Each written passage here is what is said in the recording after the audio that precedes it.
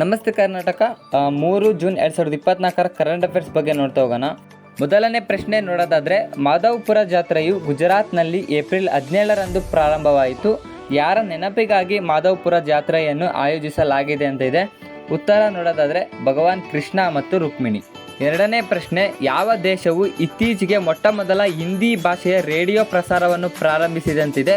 ಉತ್ತರ ಕುವೈತ್. ಮೂರನೇ ಪ್ರಶ್ನೆ ನೋಡೋದಾದರೆ, ಜೂನಿಯರ್ ವಿಶ್ವ ನಂಬರ್ 1 ಶ್ರೇಯಾಂಕ ಪಡೆದ ಮೊದಲ ಭಾರತೀಯ ಸ್ಕ್ವಾಷ್ ಆಟಗಾರ ಯಾರು ಅಂತ ಇದೆ. ಉತ್ತರ ಸೌರವ್ ಘೋಸಲ್. ನಾಲ್ಕನೇ ಪ್ರಶ್ನೆ, ಇತ್ತೀಚೆಗೆ Laureus world sportsman of the year ಅವಾರ್ಡ್ಗೆ ಯಾರು ಭಾಜನರಾಗಿದ್ದಾರೆ ಅಂತ ಇದೆ. ಉತ್ತರ ನೋಡೋದಾದರೆ ನೋವಾಕ್ ಜೊಕೋವಿಕ್. ಐದನೇ ಹಾಗೂ ಕೊನೆಯ ಪ್ರಶ್ನೆ ಬಂದ್ಬಿಟ್ಟು, ಮೆನಿಂಜೈಟಿಸ್ಗೆ ಲಸಿಕೆಯನ್ನು ಪರಿಚಯಿಸಿದ ಮೊದಲ ದೇಶ ಯಾವುದು ಅಂತ ಇದೆ. ಸರಿಯಾದ ಉತ್ತರ ನೈಜೀರಿಯಾ.